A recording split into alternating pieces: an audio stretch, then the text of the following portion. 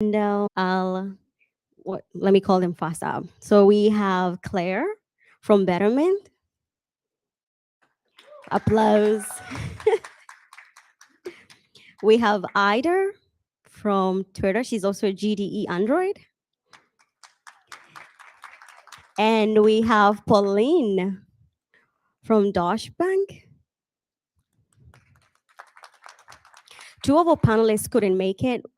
Sophia couldn't make it because she's feeling sick, and one of the other one too is not feeling well. So we're gonna be having an amazing group of three here, which is gonna be awesome because it's gonna be more candid, and also we'll leave some time for Q&A. And as we sit down, I'm gonna call upon Ashley to introduce us and welcome us home. Um, Hello, everyone. My name is Ashley. I'm a senior engineer at Betterment. I've been here for about 4 years, and this is our first event since before the pandemic, I think, our first meetup kind of event. So, really honored and grateful to be able to host everyone here for this awesome event celebrating women in technology. Um, and we're a financial wellness company. We make products that help you plan for your future. I work on our 401k team that helps employers give 401ks to their employees. And we are hiring, I've been instructed to say. I hope you guys have a wonderful time. Excited to hear from our panelists, and feel free to come talk to us after if you're interested in learning more about Betterment. Thank you. Thank you very much, Ashley. And as we start, I'm going to start by introducing myself. My name is Madonna Wambua. I am an Android engineer. I work at Stream, and I'm also a GDE Android. I've been doing this now, I think, for almost 6 years, which is super fun. And today I'm joined by amazing ladies. But before that, I want to just appreciate a few more ladies that have helped organize this event. One of them being Anna. Anna, where are you? Oh, she's right there. There's Anna. Thank you for your time. We are still celebrating Women's History Month all throughout April and March. And our theme is progress, not perfection. And maybe after we finish, we would like all of you to share what this means to you. It can mean different things. For me, it means to let the world see who you are. And please share on Twitter as well, because there will be prizes. And our hashtag is IWD Betterment. So that's all you need to do to enter the raffle. Share pictures, share quotes, share your thoughts. And the floor is yours, ladies. Thank you very much. And also, we have another amazing organizer, Ruchi. Hi, everybody. Thank you so much for coming. This is such a beautiful space. I'm Ruchi. I'm excited to meet all of you tonight. And remember, Ashley's hiring. So thank you so much. And I'm excited. Let's begin. And we're going to have a lot of fun tonight. Thank you very much. And also the other organizer is me, and we have one more, but let's keep it going. Okay. So I'm gonna start by introducing everybody, but I will not do it myself. So I think the best introduction is done when every person introduces themselves. So I'm gonna start giving my mic to Ida. Okay, I'm gonna be the first one to say something. um, okay, so my name is Aida. I am an Android engineer. Well, official title called Senior Android Software Engineer at Twitter. But most importantly, I'm a Google Developer Expert for Android. Been doing Android for past 7 years, and mostly I've been working in smaller startups, building the apps, different industries from like satellites, communications to fintech, and now social media. And so like there's always a interesting learning curve, which is awesome. Like different companies, different industries provide different perspectives when it comes to programming in general. And nowadays with new job, there's definitely a new exciting opportunity, like when you learn something else, like maintaining code should be its own separate course, right? Like it's completely different skill that um, everybody should learn. That's the stuff that I want to say. Amazing. Okay. I'm Claire. I am a staff engineer here at Betterment. Oh, not on. No. Can you hear me? Yes. Amazing. I'm Claire. I'm a staff engineer here at Betterment, also work in mobile. I started out as an iOS developer, and we have recently started migrating to, almost done migrating to Flutter. So I've been also doing Flutter development, which is really fun and interesting. So yeah, that's me.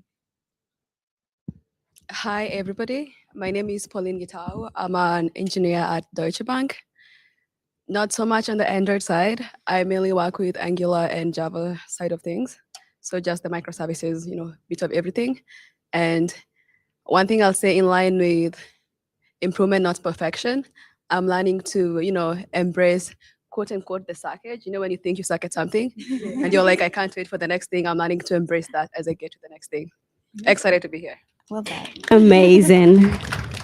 So today's title is going to be more of just career journey interview, and then we'll have like 15 minutes at the end for Q&A if you have any questions for three amazing panelists. And without further ado, I'll jump into the first question. And the first question goes to Pauline. So what motivated you to get into technology? So I'm from Kenya. That's not why I got into tech, but so I'm from Kenya, and when I went to high school, I didn't learn that much of. You can. Yes. So when I went to high school, I didn't do much of computer science, but I got a bit of, the zero ones, and all that, which was really difficult. And then I went to Syracuse for undergrad, and at that point, I would go to classes with people who knew more tech. I was an economics major, and it was just do one class in computer science and see how it feels like. And then continuously, I took one class, then another one. So it's not the typical I always wanted to do this. It's I tried one thing, tried another thing, and then here we are, all the way from economics now, software engineering. That's amazing. Next is going to be Ida. Same question? Yes. Oh, okay. So what got me into technology? So I have an economics degree as well too, FYI. I have the same economics degree. But my story began a little earlier. So in my school back in Kazakhstan, what we had a computer science classes. It was a required classes to take, and we had a visual basic programming. Those like old school scripts that you write on Windows, Windows 98 especially. We used to write them, and I did really like that stuff. But there's also a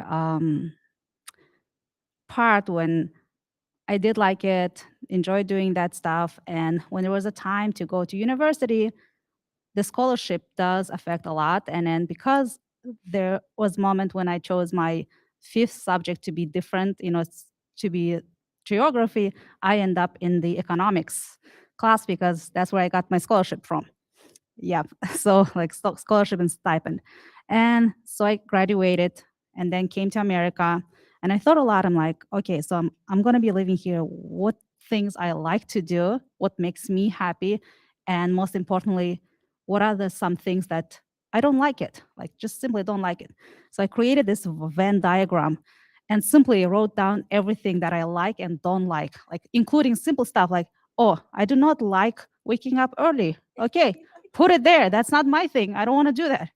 Or like, oh my God, I cannot smile for 8 hours straight. I'm not good at communicating, put it there. All these little moments of myself, it kind of helped me to learn about myself. And it also narrowed down the search for my thing, for my profession, I would say. That's how I end up in technology. And I'm like, that's a perfect condition for me. That is amazing. I mean, I am impressed by that. And isn't it amazing that both of our ladies here are from economics, like just doing economics? What are the odds? Okay, the same question to you, Claire. Well, this is crazy because I also have an economics degree. Oh no. No. I'm just gonna assure all of you this is not planned. It is not planned. It was a requirement to be here.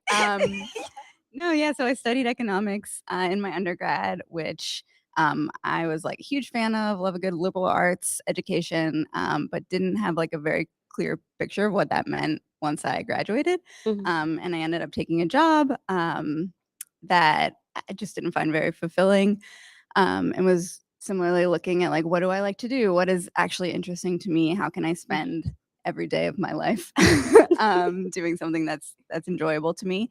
And my husband was a computer science engineer, and he was like, I think you'd really like this, and I was like, no, you don't know me.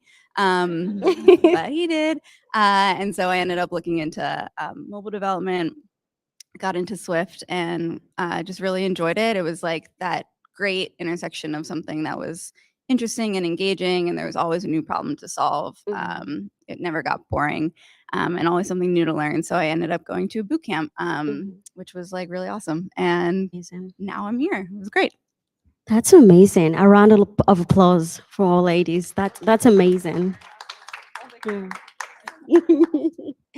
Now, we're gonna get a little bit technical because I had amazing questions that I wanted to ask Claire and our team here. And this is gonna go to you, Claire. You're a staff engineer mobile. What can you say is the biggest challenge of remote working? Because we all been exposed to working remotely due to the pandemic, and I have faced so many challenges. So I would like to learn from you, all of you, like what are the challenges that you face and how have you overcome them, and what are you looking forward to? Yeah, that's a really good question. I think one of the big parts of my job as a staff engineer is setting, our technology, like what do we want to be doing in the future? What are we moving towards? How can we support our team? And a lot of that comes from being aware of what the challenges the team are facing, what our product engineers are struggling with, like what's causing them pain or toil in their work, which is a lot easier to kind of cue in on when you're like sitting next to them and they're like mad at their computer, but not as easy to kind of like hit when everybody's remote and you're not getting that like interaction. And so everybody kind of being remote was like kind of a nice way to figure that out because everybody was experiencing a lot of the same problems. And so a lot of what I ended up doing was just making sure that I was tuning into the right people and talking to the right people across each team, and making sure that they knew that the communication door was open and that I was proactively reaching out, to understand what was needed of our team, and how we could help support that remote work. Yeah, yeah, a lot of communication. It's very important. Amazing. Same question to Pauline. So I started my current role. I started my current job during the pandemic. And if you had like a similar transition, you know how you're trying to form those interpersonal, connections with people, and it's all, well, be on a scrum call, you don't get to know people that much beyond, how things are going. So one of the challenges I had at that point was being more of a person beyond the deliverables, which is what you get most through a Zoom call and through Skype. And at some point, I thought it gave me more space to learn my own things. But then the challenges of your manager doesn't, you people on the other side, doesn't know you beyond how are things going, and having difficulties, like that whole boundary of. And then, so the other side of that is now that I'm in the office and my manager is there, it's almost like we're also excited to be there. And people are like, okay, we are here, let's do it. So that's something that you couldn't get when you are on the other side, just across from the screen. Yeah. That's a very good point. And I feel like that's another challenge that I heard from a few junior developers, that it was so hard to work from home, especially when you're struggling and you can't keep calling your seniors all the time to a Zoom call and always just being there. Because I mean, they also need to work too. But if you were working like in person, you can just walk over to their desks and ask them, hey, how can I solve this? And then right now, the other biggest challenge is that you might actually send a text or, let's say, a Slack message, and then nobody replies. And you can't say they ignored it. Maybe they didn't see it, or maybe they're too busy working on their own. So it's pretty challenging for sure. Now, to you too, Ida. I feel like this is a pretty good question. We need to learn from all of you. So this is an interesting one, right? Especially again, I'm as well like remote. I did the remote onboarding to the new company and so on. And previously, when I was tech lead in my previous company, we've been hiring a lot of people. So a lot of people were onboarding as well. What I found, again, it's not, a lot of people are, most of the times are quiet, right? Especially the new joiners, like it's not that they do not struggle or they do not have any issues with anything. It's just that they don't bring it up oftentimes, right? So what I learned, at least from my previous job, is to have a kind of hang sessions, like we would just have a like video conference open, like half day, or like at least 2 hours a day with entire team. So whoever wants can join.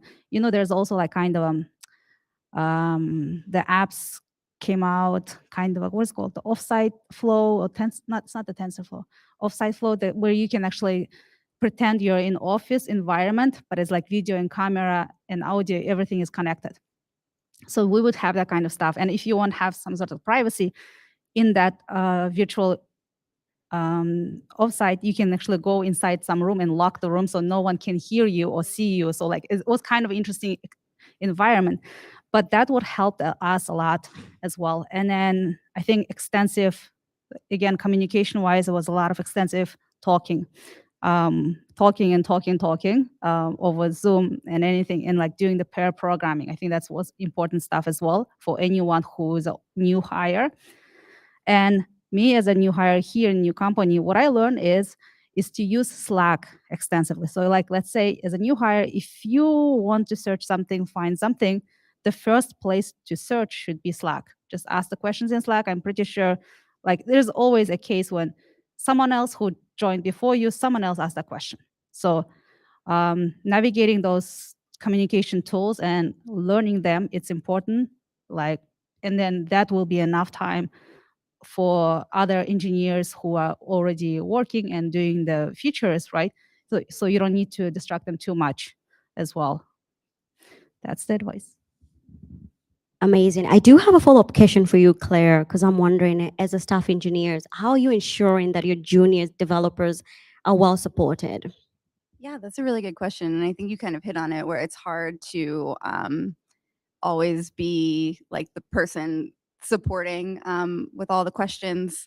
There's like a real need to kind of like make yourself more than you are, right? Like expand your influence without actually expanding the work that you're doing.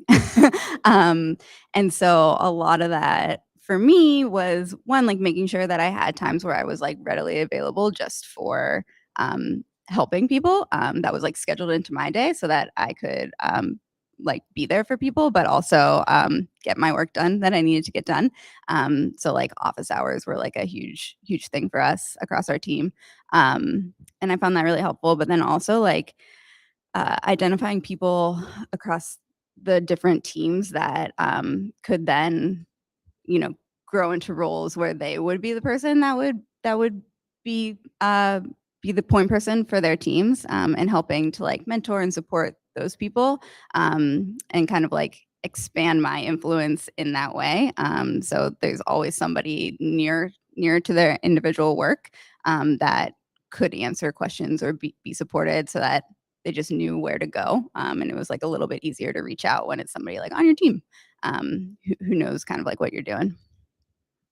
Amazing. That is super great, because I feel like that is what we need, especially now, because I feel like we're now in this world where we're going to be hybrid like forever, because so many companies now already have taken the initiative to be like remote first. Like my company is remote first. Like I'm remote forever unless I change my job. So now that we're even going to hybrid, it makes this even more like interesting for people who are looking for jobs. And I want to follow up, ask this question to Pauline. When you were looking for a job during the pandemic, or let's say the online onboarding and everything, can you tell us the challenges you faced, how you even went through like the interview process, how you managed to like compose yourself through Zooms, where I do know many of us here have the fear of Zoom. I have it. Like every time we're leaving the calls, it's so funny though. Every time we're leaving the calls, I try to like end it pretty quick. Everybody has left. I'm always left there like, wait, how does everybody just end this pretty quick? And I can't seem to get it right. So Pauline, question for you. How did you navigate that? I think for that I have more perspective from the onboarding side because I did my recruiting before the pandemic. Oh, cool. So, but the only part I had was that whole you're a new person who's moving to a new team, and in most cases, I think when a new person, there are many things you would easily know, but you sort of still have to go at how has this been documented? Is there documentation for that thing? And then in most cases, it was if it doesn't exist, it's almost like, do you want to be the person who's going to do this documentation for the next person? And how much documentation are you going to have to do if you actually decide to be that person? So I don't have the. You might actually have more perspective on that side. Yes. Oh, cool. Then we'll have you next. Um, so how did I navigate the onboarding process as a remote hire? Oh, the interviews. Okay. So I actually find it quite convenient, honestly, as a software engineer in these times, having an on-site Zoom calls is very convenient because guess what? If previously during the on-sites you needed to go to some office, spend commuting, like and so on, now that time of commuting can be you can actually put it toward the other interview, other company's interview. So like, like seriously, it was quite convenient. But one thing I want to advise is importance of not making like 5-hour, 4-hour straight Zoom interviews. Always request to have minimum 15 to 30-minute breaks in between interviews. Even if it's the behavioral interview, you should have to have those breaks and you should request those breaks. And from what I know, like a lot of recruiters are very lenient toward that. So they will easily accommodate this kind of requests. So that's important.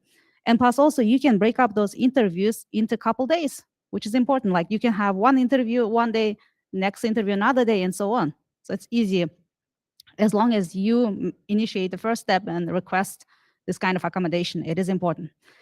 When it comes to onboarding, again, as a new hire, the first important stuff is the communication tools, understanding and navigating those communication tools and getting to know the Slack or whatever other tool they're using, Microsoft Teams most likely, because they all have search functionality and you really have to use the search functionality quite extensively. And I usually try, like, if there's something that I get stuck on, if like, let's say 20 minutes passed and I don't find an answer in the Slack or go to Google Drive, because a lot of people share the same stuff, like some kind of documentation. If I cannot find, then I will ask the questions. Usually that's my like rule of thumb for myself. A lot of people have different approaches, I would assume. So yeah, that's That's amazing. Thank you very much. And now, this is a moment where I just want to mention in advance that I did not give them this question because I do know when I give them the question, they always prepare. And I wanted to make sure that I caught them by surprise. I mean, I apologize in advance, but this is my question. The theme of this year is progress, not like perfection. And I wanted to see or to hear from all of you what that means. And can you share with our audience today? We can start with Ida. Oh, wow.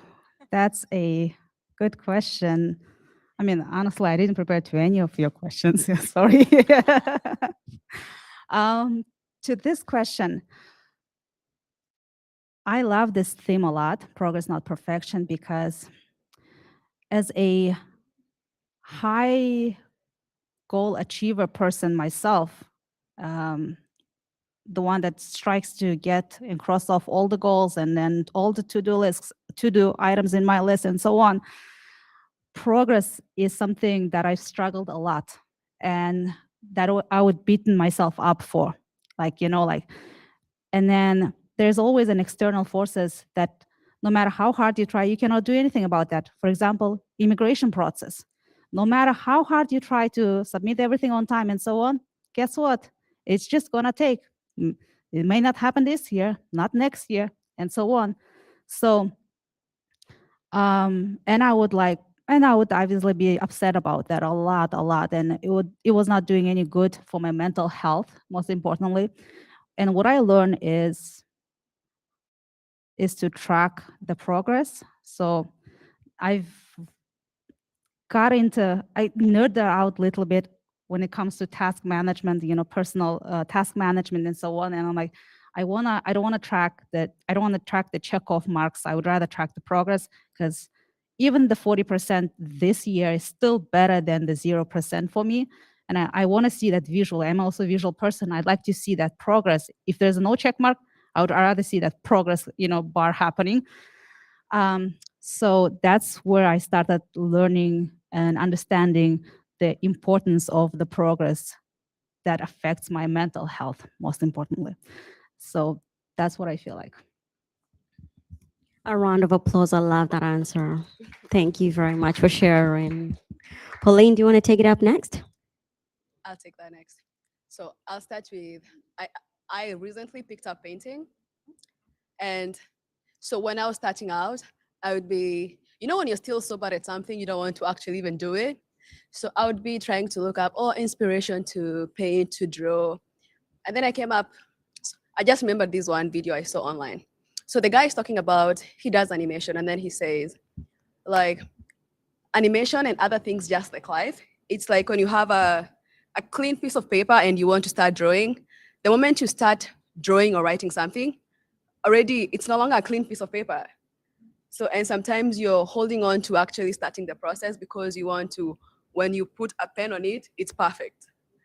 But rarely is it like you put your pen on the paper and it's already perfect. It's great if that's going to be the case, but sometimes it's not.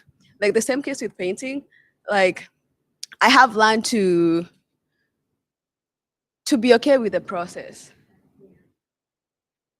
Last thing I'm going to attach to this question. I'm reading Atomic Habits right now. And one thing he says is how we are so fixated on the goal, which is great, but sometimes we forget about the systems that get us to those goals. And I think for me right now, trying to look at progress is me trying to understand what steps get me to that thing.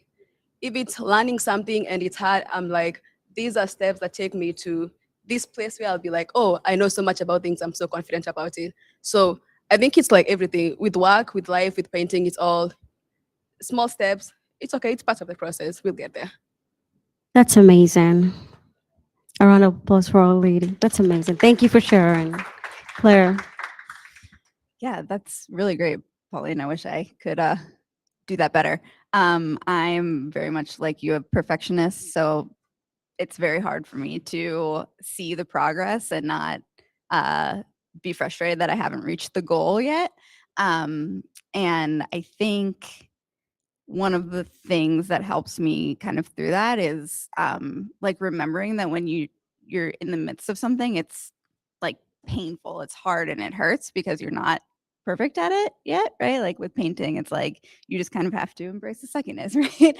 Understand that like it's going to be hard, but then I don't know, when I think back on the things that were once hard, they're like usually easy now. Like starting a new job, I'm like, I don't know anything. This is hard. Like nothing makes sense. Everything's weird. But now, like a few years into a job, I'm like, oh, I understand this. This makes sense to me. And so being in the midst of that turmoil, it's like really easy to give up and be like, I just can't do it for me. But remembering that like it will get easier over time is really helpful for me to remember. I also like to just set little goals for myself because like I feel good when I accomplish something. So it's like at the end of every week, I kind of like have a habit of like writing down all the things that I accomplished that week, things I want to think about next week, and like goals for myself for the next week. So then when I come in on Monday, I'm like kind of ready to go, and I have like these small, like tangible pieces that I can attack and feel like I actually accomplished something that week. Because I feel like in engineering, especially, it's easy to kind of like get to the end of the week and be like, what did I actually do? Like, I know I was like busy all week, but like what happened? And kind of like reminding myself of like, oh, I did do things and they provided value is really helpful for me to like feel like I'm making progress, even if it's not done and perfect yet. That's amazing. A round of applause for her too. And I feel like that question was pretty good because like what you've mentioned, Claire, that is something I do too. Like I do have a doc where like I write down everything every day, especially like in engineering. You need to be able to update what you've done because a 2 week sprint, if you many of us who are in engineering here know that most of us have like a 2 week sprint.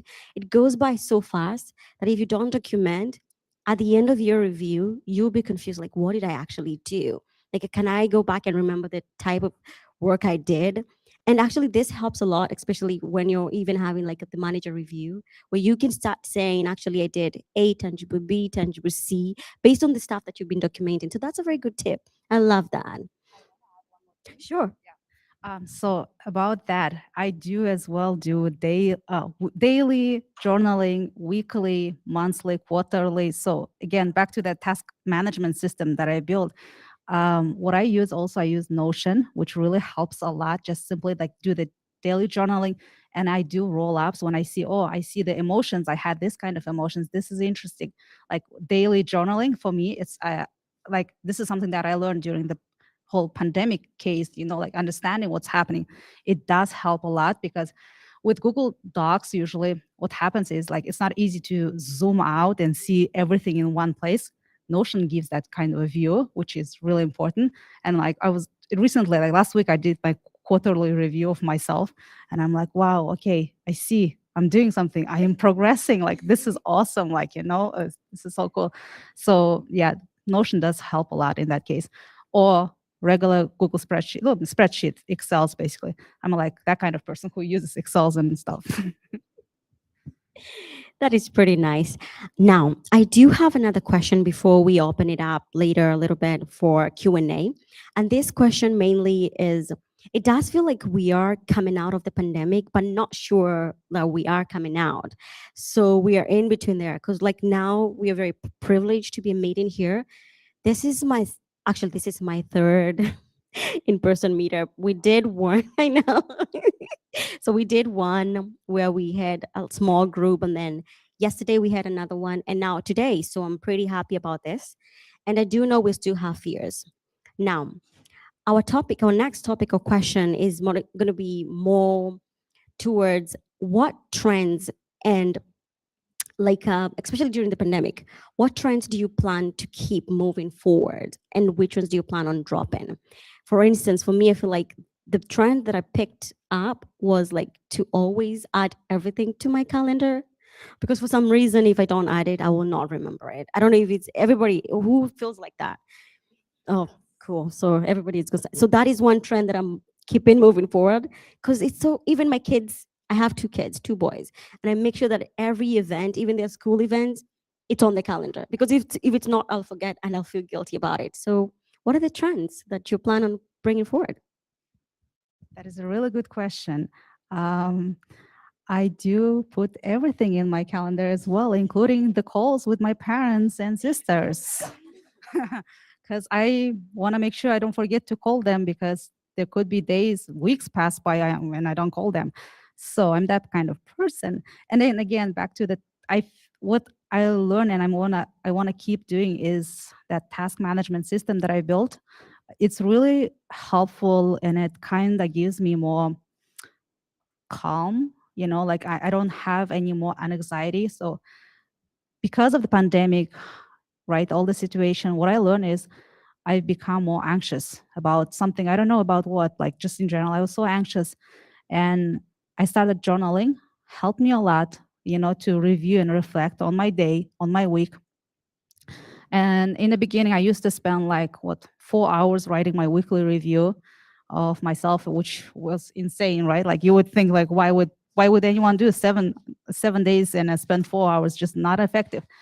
But then I got used to it. Now I do like in 2 hours, like reflecting what happened, what can I do next week, what can be done better. And then I want to keep that trend because it's amazing for me, like understanding, like, it again helps me a lot with my mental health. And I do find it really enjoying. And then another trend that I've picked up during the pandemic, I've learned to separate work and life. In the beginning of pandemic, we blended in everything. And there were days, weeks, months when I would have my Slack laptop open until 11, 12 p.m., like midnight, and I'd be working there all day long. So what I learned is that work can and will happen without you. Trust me. There is no urgent email, no urgent Slack that needs to be replied, even though if someone is on the other side of the world. There is nothing urgent about that. It can wait until your next morning. That's why I always close my laptop at 6 p.m. I don't have Slack notifications on my phone. I actually deleted Slack on my phone. So, and then no email as well on my phone. That's something that I want to keep. Amazing. I love that. I love that. I feel like that is something. The Slack one, yes, I need to do that too. Because I feel like I don't know why I have it on my phone. Notifications. Make sure to turn off notifications. Yes. Claire, you're next. Yeah, I wish I had the guts to do that. Should. Yeah, my thing that was really important for me, and this is gonna sound silly, but was to always just get dressed in the morning when I'm working from home. Like, gotta wear jeans, just gotta do it, and then I feel like I'm ready for the day, and like more of a person. So that's really helpful for me. And I was gonna, not as good as you, but like separating work and life. Like I have my work area, and when I walk away from that work area, like it's chill, and I'm done with work. And I think that that's really important for me because it's so easy when you're at home and you're working from home. It's like I'm just always at work rather than, having that delineation. I think is super important. And like I think one of the nice things about this was, at least at Betterment, we have a much more like hybrid work environment, which has been really nice. It can kind of help you prioritize the things that are important. So I have a new baby, and it's like really nice to know that I can work from home, and then I can like pick him up from daycare like right when I'm done, and I don't have to worry about a commute. And so like being able to continue working from home is really wonderful. And I think you just get like a really good picture of people's lives that you're working with when you're working from home, because they're closer to the things that they find important. And so I feel like I can more easily connect with my coworkers over the things going on in their lives, which I think is really great. And I hope to continue doing that. I love that. Really.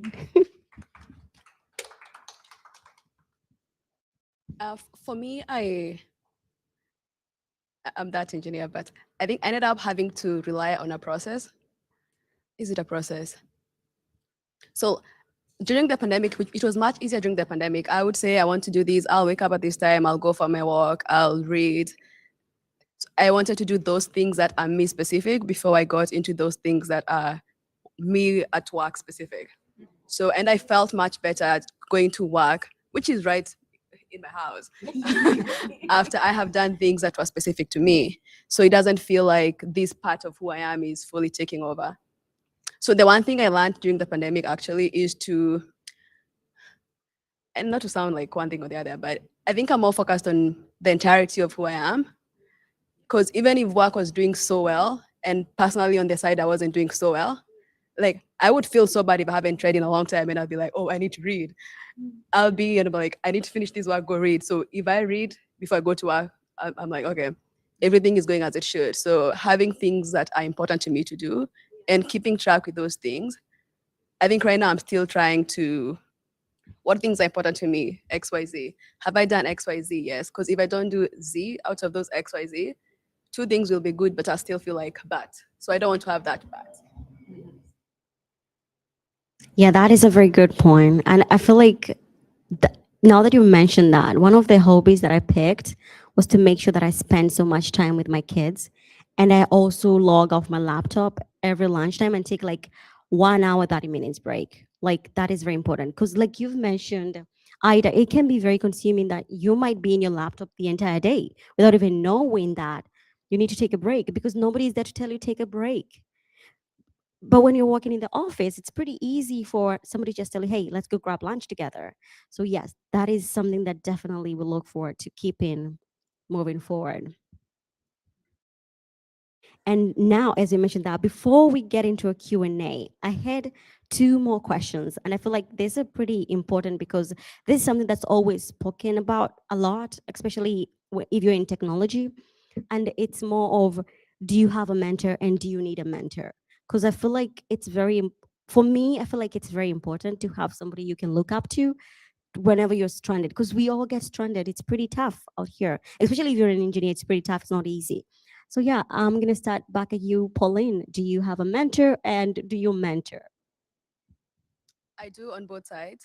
And it's on both sides because I've previously looked up to people who I thought had not gone through the same path as I had. And and then I ended up looking up to people who had gone through my path, and it felt like it's never the exact same path, but similar paths. And I would more relate to, and they would also more relate to my experiences. So I have mentors who I rely on, and I also try to see people who are probably trying to do things that I'm doing, or just people I see and I'm like, okay, you like cliche, but oh, you like coding, okay. Oh, all those things. Yeah. So it's like trying to, as others are trying to mentor me, and I'm also like trying to do my bit. And it's very important, even at work. I know you didn't mention that, but maybe for the other people, as you're answering that, I know there's having mentors, and then there's having what's the other one? It's not a coach. It's like somebody who can a sponsor. Yeah, it's like having to think of just that, because like my mentors cannot. Sometimes they're not people who are actually in the rooms I want people to be in speaking for me. So sometimes you need to have like all those beats like covered. Oh, amazing. That's a pretty interesting perspective that I had. Claire. Oh, great. Yeah, mentorship is so important. I have a mentor and I have mentored people. And yeah, I think one of the things that feel pretty strongly about is that like anybody can mentor somebody. You don't have to be like some, big hotshot who like has it all figured out, because no one has it all figured out. And there's always somebody who can benefit from your perspective. And so like don't be afraid to like mentor somebody. Because it's not that scary. But it's so helpful for the person that you're talking to and helping with their problems. And so yeah, mentor. But also get one. Because it's great to have somebody who you feel like sees you kind of like for your whole person and can help you figure out those problems that are hard to solve in isolation because they feel bigger than you. Whether that's a technical challenge or a just like workplace challenge, right? It's great to be able to feel comfortable with somebody who can like give you a better perspective than maybe you can see from where you sit. Yeah. Amazing. Ida, do you have a mentor or do you mentor? Nowadays, I do both. But interestingly enough, because I'm not the most social person in the room ever, uh, I never had a mentor up until last year. So the only time I got last year mentor through Women Developer Academy program.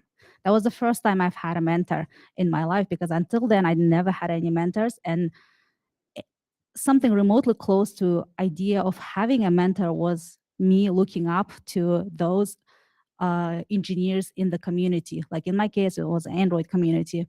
So I would just look up to them and check like, their code base, how they grow, their talks and so on. That was the only, like, that was a way for me to learn from them, right? So that was the one thing.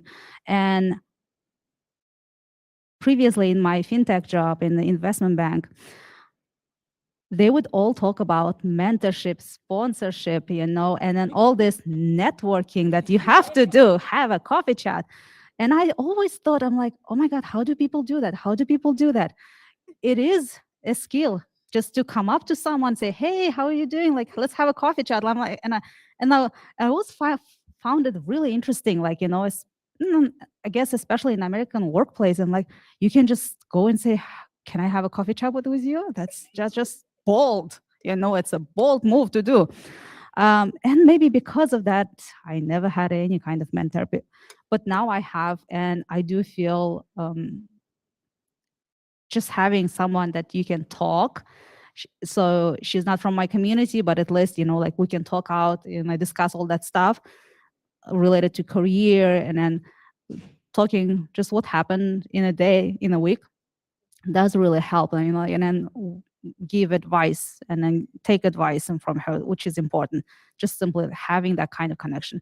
So learning from me, make sure be bold enough and ask people for coffee, and then that's where you're going to be asking, like, become mentor. It's important to have that kind of person because they will share the perspective, like it might be different from yours, but you will learn a lot from it as well too. And I do mentor high school students, and then other people, basically. Amazing. Thank you very much for sharing, everyone. Thank you very much. I feel like this was very great for me because I gotten to learn from all of you amazing ladies, and I'm very, very thankful for Betterment for sponsoring this event, and also for all of you taking your time coming here today. I mean, I don't even have words like to say how I feel. I do have one last question before we dive into our Q&A. I know that face. Sorry. Yes, I do have one last question, and it's pretty easy. I want to know: do you have a quote that you live by? And the reason as to why I ask this is as a woman Techmaker, we do have this book, a great women, a, a book about women quotes. If you have it, I have it, and I feel like I live by those quotes. I look at that book every day and just go through all amazing women and their quotes and just say, oh my God, I resonate with this. I resonate with this. So do you have any quote you live by? Okay. Sure. I'm going to be the first one. That's a tough one because I didn't prepare. Well, the only quote that comes to my mind is, how about we circle back? on this Progress, not question? perfection, is a quote too. I'm gonna say calm down is the thing that I have not met a problem that can't be solved by calming down and taking a step back and being like, here's a better perspective. Here's like when my head is cool and I have like taken it all in and I'm not like feeling overwhelmed in the moment. I have a lot better abilities to do everything, and that works in life too. Outside of work, just like it's embroidered next to my bed. Calm down, because it's just good to like have a better perspective on life, and not get all worked up. Yeah. I love that. Calm down. I love it. I don't have a quote, but the one thing, there is something I go off. So I started with saying like embracing the suckage, and which also explains that I'm not a perfectionist myself.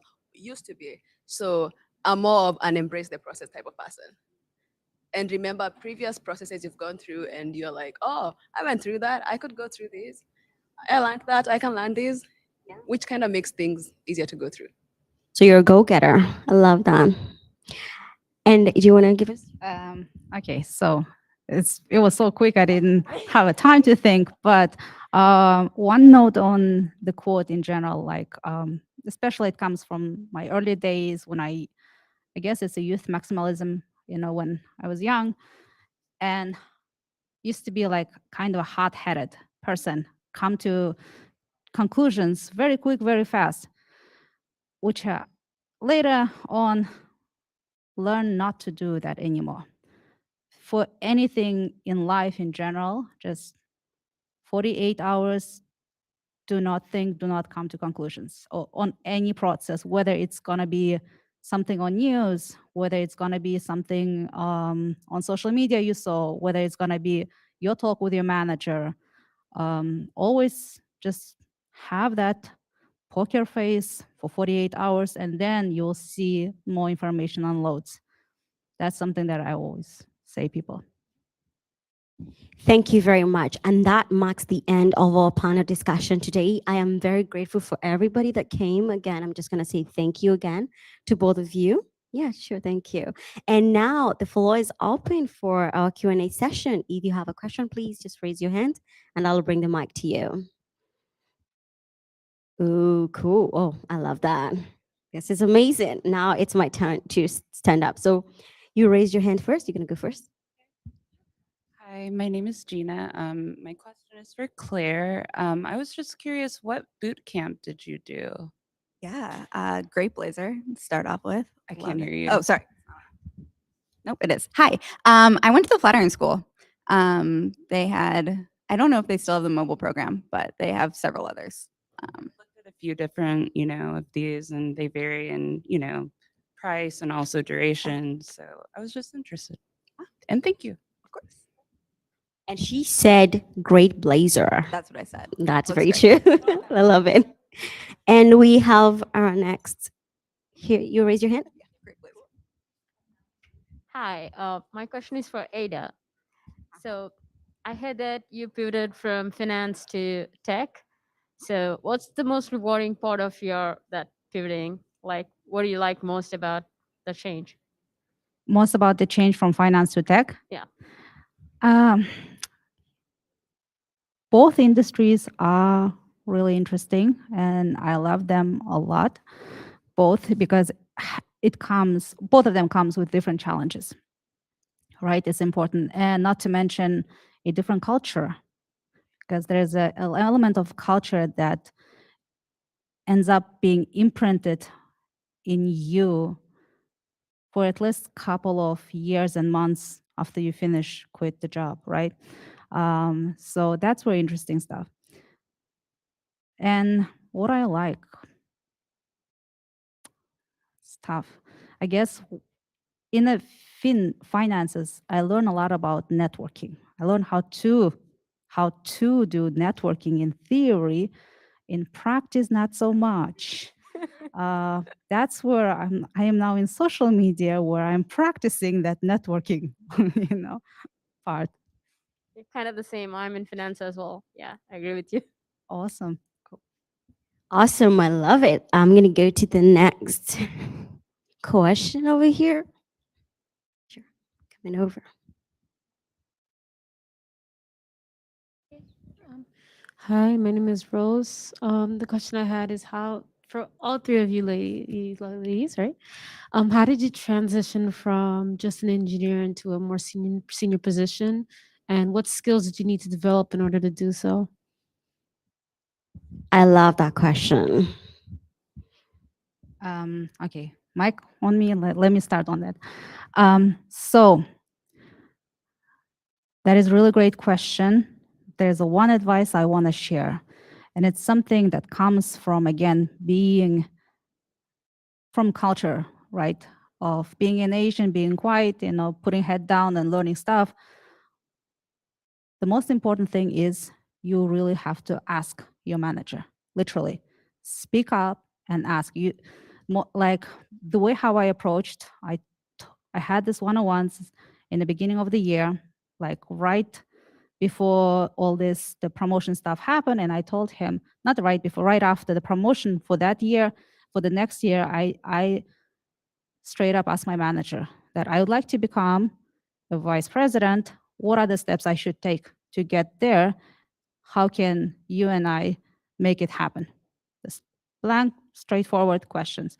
And so that's important stuff because managers nowadays, they're overloaded. They have a lot of engineers to take care, and they don't know what's going on in every engineer's mind because not every engineer is keen to get promoted. Not every engineer thinks about that. And another thing is pick up the projects, be the driver of the projects. It's important not just to make and create one task, but drive entire project on your own. That's what really helps a lot. And it shows basically in your review as well. Yeah, that was a really good answer. It was good. I would echo a lot of what you're saying, right? It's like important to understand clearly what the steps are for you to get to whatever you want to be at. And a lot of that is like conversations with your manager, but it's also useful to have like conversations like that with your peers, where you're kind of like understanding like what, like what are we both kind of working towards and how can we hold each other accountable to getting there. And I think finding those opportunities, at least something that was like really useful for me, was putting myself in situations where I wasn't completely comfortable, but knew that I had whatever safety nets I needed in place in order to be more comfortable in those roles. So having a mentor or a sponsor or somebody who is helping you get those opportunities and then helping guide you to success in them. So you're not kind of like left flailing, but you're in that uncomfortable spot and you're growing those muscles while still being supported. I think it's super important. I am still working my way to seniority. You got this. Any more questions? Oh, cool. I kind of wanted to know what was like the toughest part throughout your journey for your career, just point blank in general. This goes to all of you. Thank you. Who wants to start? Okay, I'll go first. I think previously I wasn't such a good student. That's even after going through college. And it's not like when I study I won't understand things. I just wanted things to really be the goal, like that, and which made the process of most things I was doing so frustrating. And I remember sometime last year I was talking to somebody and I was telling her how I was still getting work done, but I wasn't. But it's like something is missing. I know work won't make me happy, but something was missing. And I was telling her how I would take time to get things done, and I would feel like I'm still getting things done, but. And then she told me, you just need to be a better student. You need to allow yourself to learn. And the moment I allowed myself to learn, it's not like things got easier all of a sudden, but Yeah. I think I'm more okay with the learning process now. That was Amazing. such a challenge for me, honestly. But I'm still there's still places where I'm like, oh, okay, maybe I'm still learning. And then I go back to it's a process. But that was such a challenge. Like even after going through school, and it's just like, okay, can things be faster? But I'm trying to be, they can be slower sometimes. I really love. Sorry to cut you off. I really love that answer because it resonates with me too. Where learning, especially being in Android, it feels like you're always learning new things. And I got that question because I do host like spaces every Friday. And one of the questions that I got is, how do you stay motivated when we have so much to learn in this field? And you have kids and you have other obligations and you get tired. Like now there's a new framework, Jetpack Compose, you have to learn. And one thing that came to my mind is that, like Pauline said, you have to be willing to learn. It's not an easy industry. So it's always about the learning process. So once you align your mind to you've signed up to a lifetime of learning, it becomes easier. So that whenever you see something new, you take it as a challenge to whenever you got time, you learn it. And I do want to appreciate our company. We get something like 10% time. I do know many companies offer that line process where you have like 10%, or I think it's called differently in different companies. Maybe Ida can speak about it, or Claire, where you get time to learn new things. And I found that to be pretty nice because really helps you jump into that learning that you seek and you want to. Yeah, sorry, my panelists, go on. Oh, okay. The toughest part happened recently during the pandemic. something I've discovered I'm not good at it, which was communications. More specifically, the toughest part was about cross-platform communications when, as an tech lead for Android, you really have to communicate with different teams like product designers, QA, on the projects themselves, like on the projects. That's where I found it a hard time, honestly. There was a lot of back and forth because people used to do things, used to old processes. What I learned is working there that old processes did not really benefit Android team because we were mostly remote and most of the team was in Europe. And one of the things that I started doing is to implement new processes. And with new processes, people usually not happy with the changes. There is a lot of resistance comes within the team and in between the teams, obviously. So that's where I think it was like toughest times in my life learning. It was a huge learning curve. When I thought Android development learning was something big or Java, right? Nope. The cross-platform communication was the biggest learning curve I've done in my life. Like a lot of learning there. Amazing.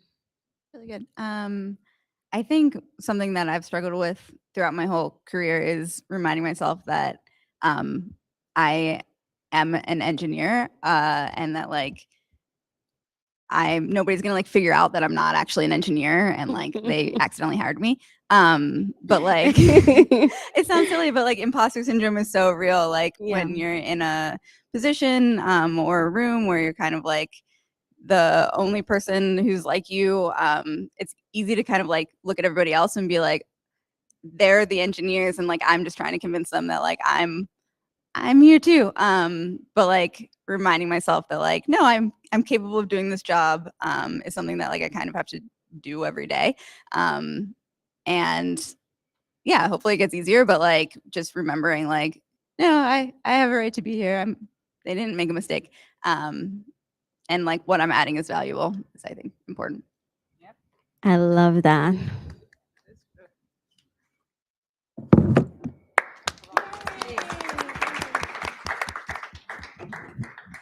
Oh, we do have another question. Ooh, I love this. Hi, ladies. I have really enjoyed your shares and your complexities through COVID. And while it was uncertain for so many of us, we went through a lot of hardships. But I want to ask you one thing. Who has been your inspiration? And, as a woman myself and having two daughters myself, I think inspiration and gratitude is very important. So, as you continue your journey, I wanted to find out, who's been that integral part of you, and why, and how that has shaped your journey today to make you the most amazing, people that you are. So. Thank you, Ruchi, for asking that question because I did not tell her. It was in my list, but we didn't get through it, and I love it. Who wants to go first? That's a really hard question. I think it's really wonderful to have something that is an inspiration. And I think for me that changes. It's not necessarily been consistent throughout my life or even the past 2 years. But I would say, I guess what motivates me on a day-to-day basis is my my husband and my son. I think knowing that I have a great support system in my spouse and just like an awesome little being that I'm helping to shape his life feels like pretty important thing and something that definitely gets me out of bed at 5 a.m. when he's crying. So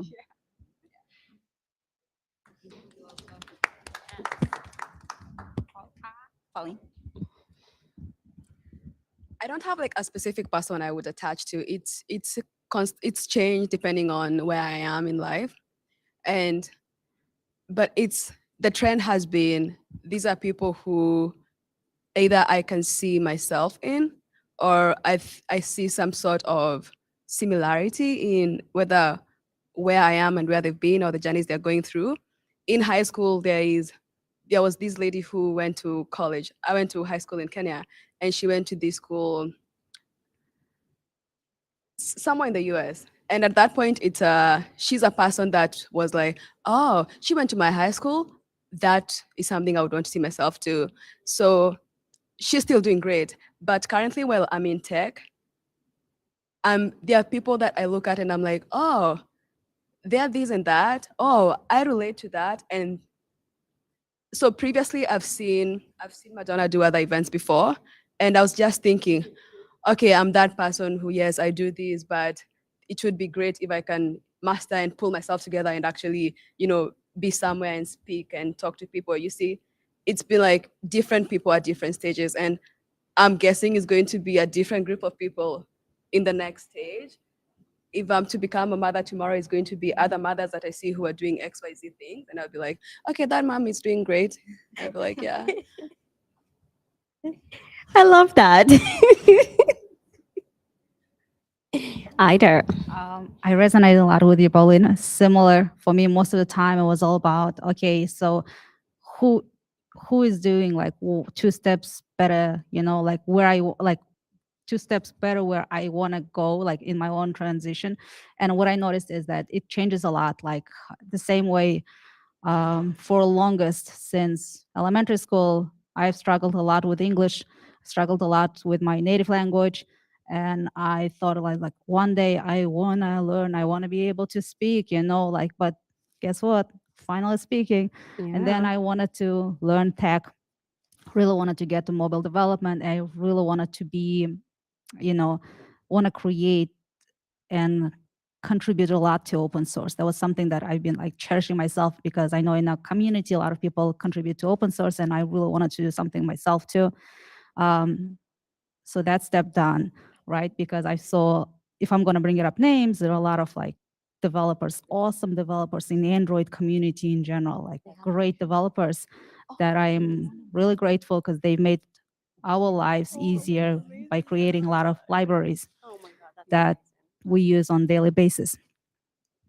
And then there were moments when I was like, I want to be courageous enough to speak in English about tech, on a stage. What can I do? So basically, similar with Pauline, it was always been different people. So I'm really grateful. I think most importantly that inspires me is community.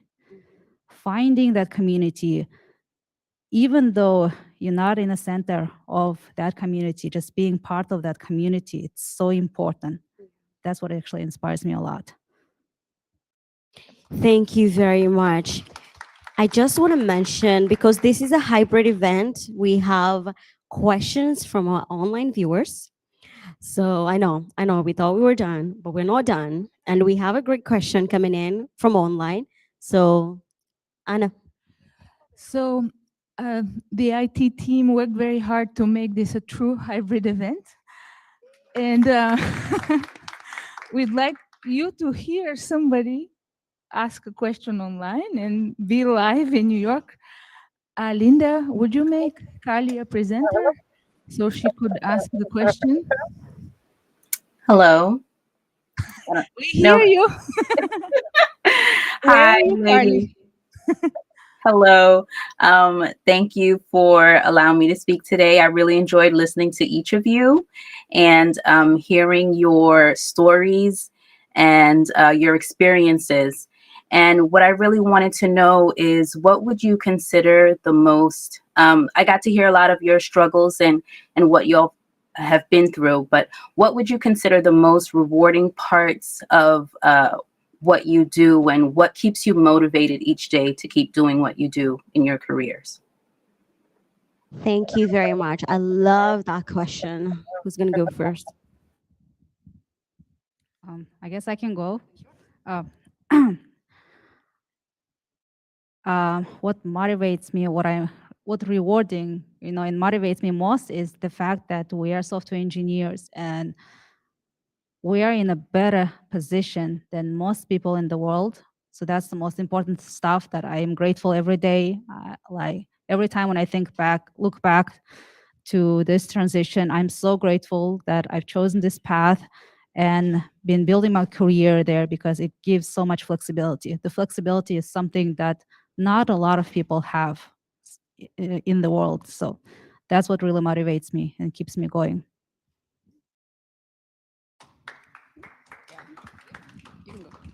I think one of the things that I feel really lucky about is I have really awesome coworkers. I think everybody that I work with here is really just wonderful and genuine. And so getting to work with those people each day really motivates me. I think if I didn't have that, it would be really hard to come to work every day and feel motivated to do a good job and support my team and feel like I'm part of something is really great. And I appreciate that.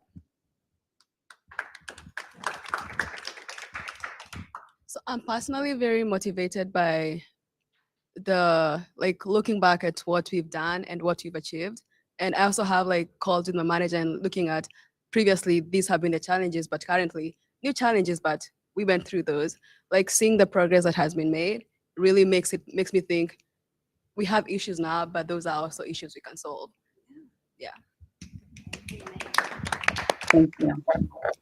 Thank you very much. And if we don't have any more questions, I think we'll be wrapping up. And okay, the raffle. The prizes. You're welcome. So I want to introduce Carolina Castro. We met at IWD at Google as attendees at IWD. And this week we are organizing ourselves, 3 of them. Hi, everyone. I didn't make it to the beginning, but hopefully we get to chat afterwards. I am a program manager at Google. I'm helping to manage our GDG, Google Developer communities all around the US and Women Techmakers. So super excited to be based here and hopefully get to work with this amazing team to create more opportunities like this for us to come together, connect, learn more, network, continue growing in our careers, professionally and personally. So super pumped to just be here and thank you for coming out. And also just want to thank everyone who's contributed to making this event such a success. Thank you so much. I know we also have the CTO as well, so thank you for being here. It's always really amazing to have, leaders within the company just coming out and showing their support as well to the staff. It really just makes that come to life, right? To see that support in person. So thank you for being here. We need more of that, right? Fusion and collaboration. So yeah, that's my 2 cents. Be sure to subscribe to GDG New York City to stay up to date with the events that are going to be happening in the area. And hopefully I'll see you at future events. And Sequoia too, thank you so much for being here. There's another amazing person on our team who helps with the Women Techmakers program. So for all the women in the room, if you are looking to, if you're also a woman in tech or, tech adjacent, we have this amazing program that provides resources and great, network of women in tech that you could be a part of to organize events like this, champion for more resources for women in tech. And so we currently have applications open for that. Happy to chat more about that. You could chat with Sequoia or me about it. So yeah, let's get more women in tech, making money, thriving, living our best lives. Thank you, everyone. Now on to raffles. So you have a few more minutes or seconds. We have a lot of great images and thoughts shared already with the hashtag. But if you haven't had a chance, please do it now. Linda, are you able to spin the wheel or do you want me to do it?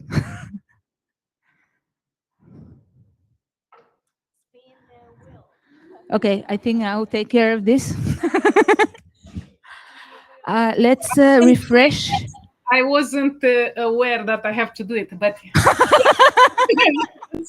It's up to so, you. It's totally up to you. So now the focus is online. The wheel is right here. Uh, not not everybody can see it, but everybody online can see it. Do you want to share your screen, Linda?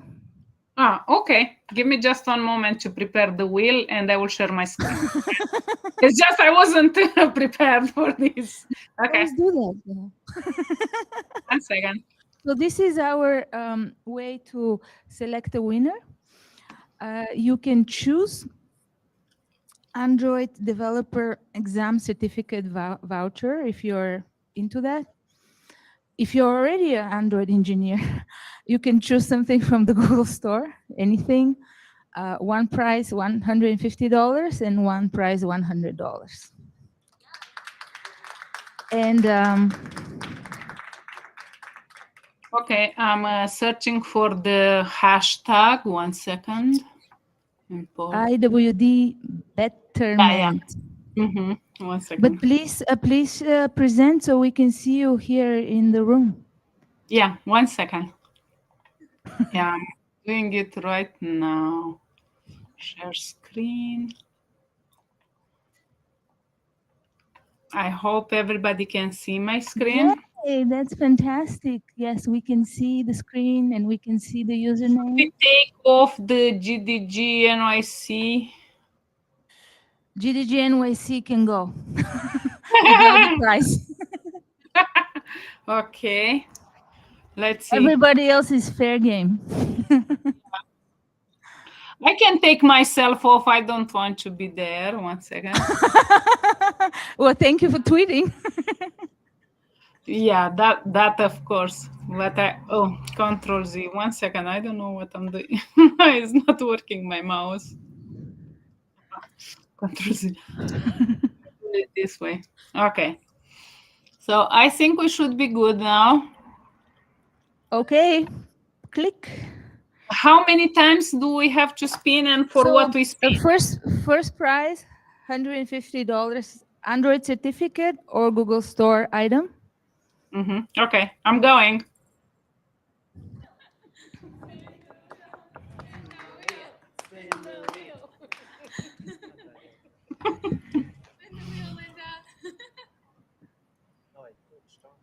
Yay, we have a winner at Nandana S.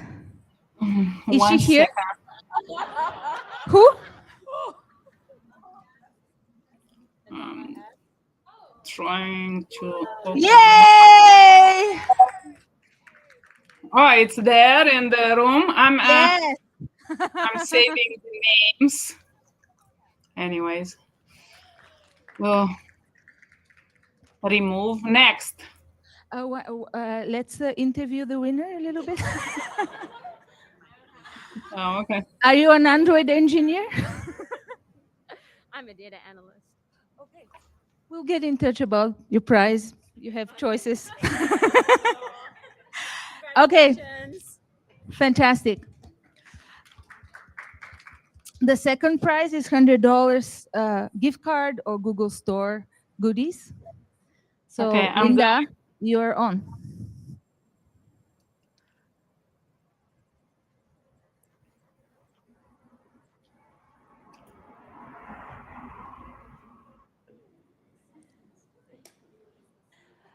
Andrew Werb.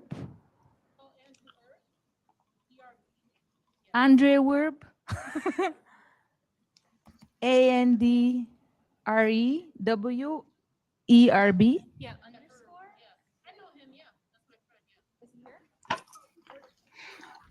He's virtual. Okay, that's a fantastic split right there. One virtual, one physical winner. Okay. Well, thank you very much. This was so fun.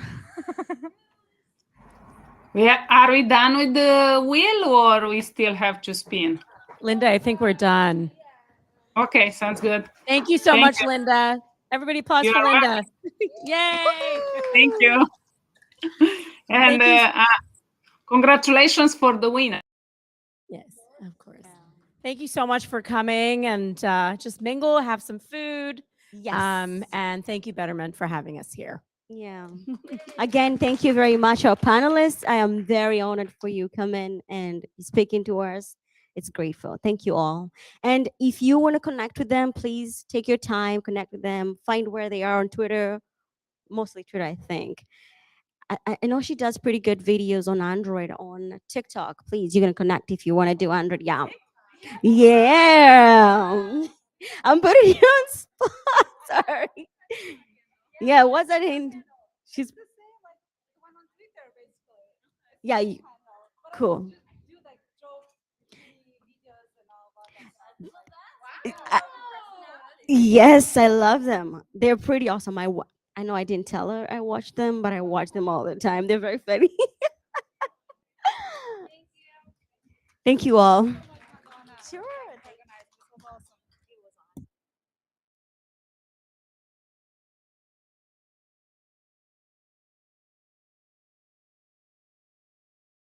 So, guys, we have a request. We wanted to include you in a group photo in front of the Betterment sign that's right up in the front. So, just if you guys could just come on over there real quick, we're just going to take one quick photo. Thank you so much. Thank you. And the engineers, too, please.